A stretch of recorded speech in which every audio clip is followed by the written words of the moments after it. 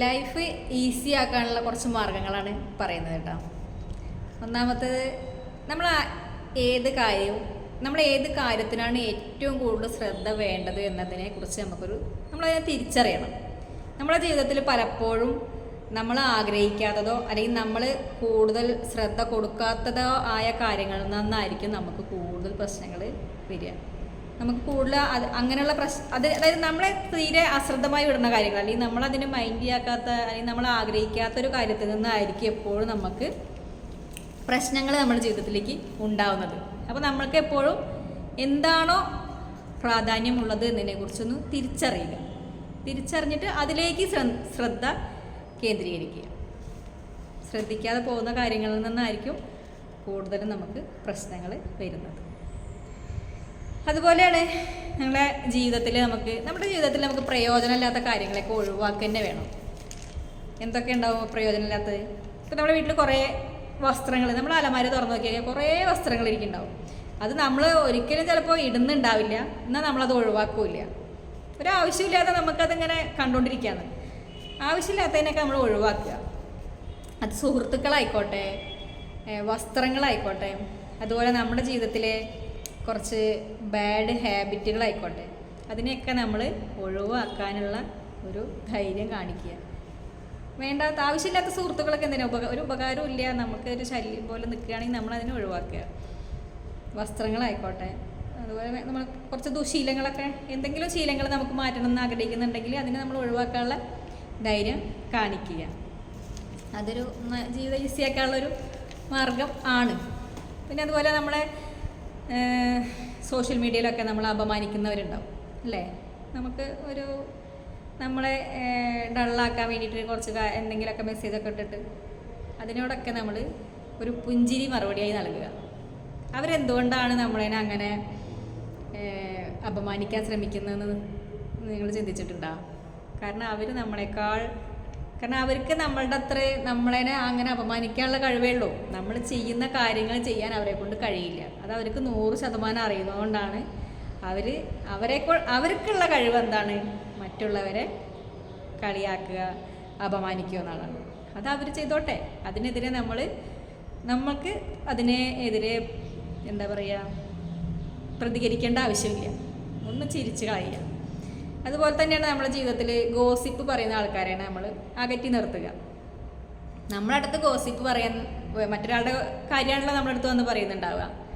അവർ മറ്റൊരാളുടെ അടുത്ത് പോയി കഴിഞ്ഞാൽ നമ്മളെ കാര്യവും പറയുന്നുണ്ടാവും. അപ്പോൾ അതിനുള്ള അവസരവും നമ്മൾ ഉണ്ടാക്കാതിരിക്കുക.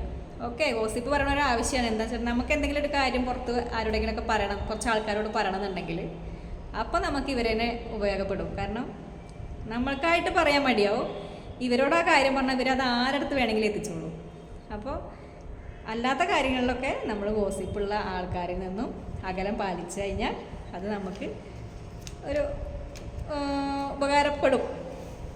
അതുപോലെ തന്നെയാണ് നമ്മളിപ്പോൾ മെസ്സേജ് അയക്കുക. ഇപ്പോൾ വാട്സപ്പിലായിക്കോട്ടെ, ഫേസ്ബുക്കിലായിക്കോട്ടെ, അതല്ല എവിടെയെങ്കിലും ചാറ്റ് ചെയ്യുന്ന സമയത്ത് ചിലവരുണ്ടാവും മറുപടി എങ്ങനെയാണ് കേ എന്നൊക്കെ പറഞ്ഞിട്ടൊരു അലസ രീതിയിലൊരു മറുപടി തരുമ്പോൾ അങ്ങനത്തെ മറുപടിയാണ് കിട്ടിയെന്ന് വെച്ചാൽ അതിനൊരിക്കലും പിന്നീട് നമ്മൾ മറുപടി നൽകാതിരിക്കുക. അത് എത്ര വലിയ ആളായിക്കോട്ടെ, എത്ര അടുപ്പുള്ള ആളായിക്കോട്ടെ. കാരണം അവർക്ക് നമ്മളായിട്ടുള്ള ചാറ്റ് ചെയ്യാനുള്ള താല്പര്യം ഇല്ലാത്തതുകൊണ്ടാണല്ലോ അങ്ങനത്തെ റിപ്ലൈ തരുന്നത്. അപ്പോൾ അതിൽ നിന്ന് അപ്പോൾ അങ്ങനെയുള്ളതിന് മറുപടി കൊടുക്കാതിരിക്കുക, അതാണ് നല്ലത്. പിന്നെ നമ്മളുടെ ചുറ്റുപാടും നമ്മളുടെ സ്ഥലങ്ങളൊക്കെ ഇപ്പോൾ നമ്മളൊരു ഓഫീസാണെങ്കിൽ നമ്മൾ ക്ലീനായിട്ട്, നമ്മൾ നീറ്റ് ആൻഡ് ക്ലീനായിട്ട് ആ റൂമും നമ്മളെങ്ങനെയാണോ നീറ്റ് അതുപോലെ നമ്മളുടെ പരിസരവും കൂടി നീറ്റാക്കി ഇട്ട് കഴിഞ്ഞാൽ നമുക്ക് കുറച്ച് ഡിസ്ട്രാക്ഷൻസൊക്കെ വരുന്നത് ഒഴിവാക്കാം. എന്തെങ്കിലും ചെറിയൊരു കാര്യം മതി, ചിലപ്പോൾ നമുക്കതൊരു ഡിസ്ട്രാക്ഷൻ വരും. അപ്പോൾ അതിനൊക്കെ നമ്മൾ നീറ്റ് ആൻഡ് ക്ലീൻ ആവാൻ ശ്രമിക്കുക. അതൊരു നല്ല മാർഗ്ഗമാണ്. അതുപോലെ നമ്മൾ ഒരാളെ മീറ്റ് ചെയ്യാൻ വേണ്ടിയിട്ട് ഒരു സമയം ഫിക്സ് ചെയ്തു, ഒരു സ്ഥലവും ഫിക്സ് ചെയ്തു. ചിലപ്പോൾ നമ്മളായിരിക്കില്ല, നമ്മളെ കാണണമെന്ന് പറഞ്ഞ ആളാണ് സ്ഥലവും സമയമൊക്കെ ഫിക്സ് ചെയ്തിട്ട് നമ്മൾ കറക്റ്റ് ടൈമിൽ ആ ഒരു പറഞ്ഞ സ്ഥലത്ത് പറഞ്ഞ സമയത്തെത്തി. ആ പറഞ്ഞ ആൾ, നമ്മളെ കാണണമെന്ന് പറഞ്ഞ ആൾ അവിടെ ആ സമയത്ത് എത്തില്ല. അതല്ലെങ്കിൽ ആ സമയം നമ്മളവിടെ എത്തിയതിന് ശേഷം അവർ വിളിച്ച് പറയണം, അയ്യോ എനിക്ക് വരാൻ പറ്റില്ല, വേറൊരു ദിവസം കാണാമെന്നൊക്കെ പറഞ്ഞിട്ട് നമ്മളെ ഒഴിവാക്കുമല്ലോ. അങ്ങനെയുള്ള ആളായിട്ട് പിന്നീട് നമുക്കൊരു മീറ്റ് ചെയ്യണം എന്ന് പറഞ്ഞിട്ട് അവരായിട്ടൊരു അവസരം വീണ്ടും പറയുകയാണെങ്കിൽ, അങ്ങനെ ഒരു ആവശ്യം പറയുകയാണെങ്കിൽ നമ്മളുടെ ഡിമാൻഡ് ഡബിൾ ആക്കണം. പിന്നെ അവർ പറഞ്ഞ പോലെ അതേ സമയത്ത് അതേ സ്ഥലത്ത് പോവരുത്. നമ്മളുടെ ഡിമാൻഡ് അനുസരിച്ച് നമ്മൾ ഒന്നല്ല 2 ഡിമാൻഡുകൾ വയ്ക്കുക. ആ ഡിമാൻഡ് അനുസരിച്ച് അവർക്ക് നമ്മളെ കാണണമെന്ന് ആവശ്യമുണ്ടെങ്കിൽ അവർ വരട്ടെ. അതല്ലാതെ പിന്നീട് അവർ പറയുന്നത് പോലെ നമ്മൾ അങ്ങോട്ട് ചെയ്ത് കഴിഞ്ഞാൽ അത് നമ്മളതിനെ പിന്നെ അവർ ചൂഷണം ചെയ്യാനുള്ളൊരു ഇതാക്കും. അവർ നമ്മളതിനെ അങ്ങനെ ഇത് ഇത്രയേ ഉള്ളൂ എന്നുള്ള രീതിയിൽ വീണ്ടും നമ്മൾ പറ്റിക്കപ്പെടാനുള്ള ഒരു അവസരം നമ്മളായിട്ട് ഉണ്ടായിക്കൊടുക്കും. അപ്പം നമ്മുടെ ഡിമാൻഡ് എപ്പോഴും നമ്മളെ മറ്റുള്ളവർക്ക് കൂടുതൽ അവൈലബിലിറ്റി ഇല്ലാതാക്കാണ് നമ്മളുടെ വാല്യൂ കൂട്ടാനുള്ള ഒരു മാർഗ്ഗം കേട്ടോ. നമ്മൾക്ക് ആവശ്യത്തിനും ആവശ്യമില്ലാതെയൊക്കെ മറ്റുള്ളവരുടെ മുന്നിൽ അവൈലബിൾ ആകുമ്പോൾ നമ്മളെ ആരും ഒരു വില വയ്ക്കില്ല. നമ്മൾ കുറച്ച് അവൈലബിലിറ്റി കൂട്ടിക്കഴിഞ്ഞാൽ അവർ നമ്മളെ കാണാൻ ഇങ്ങോട്ട് വരും. ഇപ്പോൾ ചില കോളുകളായിക്കോട്ടെ അല്ലെങ്കിൽ ചില മെസ്സേജുകളായിക്കോട്ടെ, നമ്മളിങ്ങനെ ഡെയിലി ഇങ്ങനെ മെസ്സേജ് അയക്കുക, ഡെയിലി ഇങ്ങനെ കോൾ ചെയ്യുമ്പോൾ നമുക്ക് വലിയ വാല്യൂ ഒന്നും ഉണ്ടാവില്ല. പക്ഷെ എന്തെങ്കിലും ഒരിക്കലുള്ള അത്രയും ആവശ്യമുള്ളവർ അവർ നമ്മളെ ഇങ്ങോട്ട് വിളിക്കുമ്പോൾ നമുക്കതൊരു വാല്യൂ ആണ്. ഏത് നേരം വിളിക്കുന്നവരല്ല, ഏത് നേരം അവൈലബിൾ ആയ ഒരാളിന് ആർക്കും അങ്ങനെ വലിയ വിലയൊന്നും ഉണ്ടാവില്ല. അപ്പോൾ അതും കൂടെ നമ്മൾ ശ്രദ്ധിക്കുക. പിന്നെ നമ്മൾ പുറത്ത് പോകുമ്പോഴൊക്കെ, നമ്മളിപ്പോൾ ഒരു ഓഫീസിലേക്ക് പോവുകയാണെങ്കിൽപ്പോട്ടെ, അല്ലെങ്കിൽ ഒരു ബാങ്കിൽ പോവുക, ഒരു പഞ്ചായത്ത് പോവുക, എവിടെ പോവുകയാണെങ്കിലും വില്ലേജിൽ എവിടെ പോവുകയാണെങ്കിലും നമുക്ക് ചിലപ്പോൾ ഒരു അപേക്ഷ എഴുതാണ്ടാവും അല്ലേ, എന്തെങ്കിലും ഫോം പൂരിപ്പിക്കേണ്ടതായിട്ട് വരും. പക്ഷെ നമ്മളൊരു പേന കൈ പിടിക്കാൻ വളരെ മടിയന്മാരാണ്. ഒരു 5 രൂപ കൊടുത്താൽ കിട്ടുന്നൊരു പേന നമ്മുടെ കയ്യിൽ വയ്ക്കാൻ വളരെ മടിയാണ്. അത് ഒഴിവാക്കുക. ഒരു പേന എവിടെ പോകുമ്പോഴും ഒരു പേന കയ്യിൽ വെച്ചാൽ അതെപ്പോഴും നമ്മൾ മറ്റുള്ളവരെ മുന്നിൽ പോയിട്ട് ഇങ്ങനെ ചോദിക്കേണ്ട ആവശ്യം. നമ്മളിപ്പോൾ ഒരു പേനയ്ക്കൊക്കെ വേണ്ടിയിട്ട് ചിലപ്പോൾ നമ്മൾ ക്യൂവിൽ നിൽക്കുക, അപ്പോഴാ ഒരു ഒപ്പിടണം എന്ന് പറഞ്ഞിട്ടുണ്ടെങ്കിൽ അപ്പോൾ അവിടെ പേന ഇല്ല എങ്കിൽ നമ്മൾ എന്ത് ചെയ്യണം, ആ ക്യൂവിൽ നിന്ന് മാറി നിന്ന് ആരുടെ അടുത്താണോ പേന ഉള്ളത് അവരുടെ അടുത്ത് പോയിട്ട് നമ്മൾ ആ പേന ചോദിച്ച് വാങ്ങി എഴുതി. എത്രയോ സമയനഷ്ടമാണ് അല്ലേ ഒരു പേന കൈ പിടിക്കാൻ അത്ര മടി. അപ്പോൾ എവിടെ പോകുമ്പോഴും ഒരു പേന കയ്യിൽ പിടിക്കാൻ ശ്രദ്ധിക്കുക. അതുപോലെ നമ്മളിപ്പോൾ ഉറങ്ങാൻ പോകുമ്പോഴൊക്കെ നമുക്ക് ഈ തണവ് കൂടുതലുള്ള സമയത്താവും ഉറക്കം കൂടുതൽ അല്ലേ. പ്രത്യേകിച്ച് ഉറക്കം കൂടുതൽ വരിക നമുക്ക് തണവ് ഫീൽ ചെയ്യുമ്പോഴാണ്.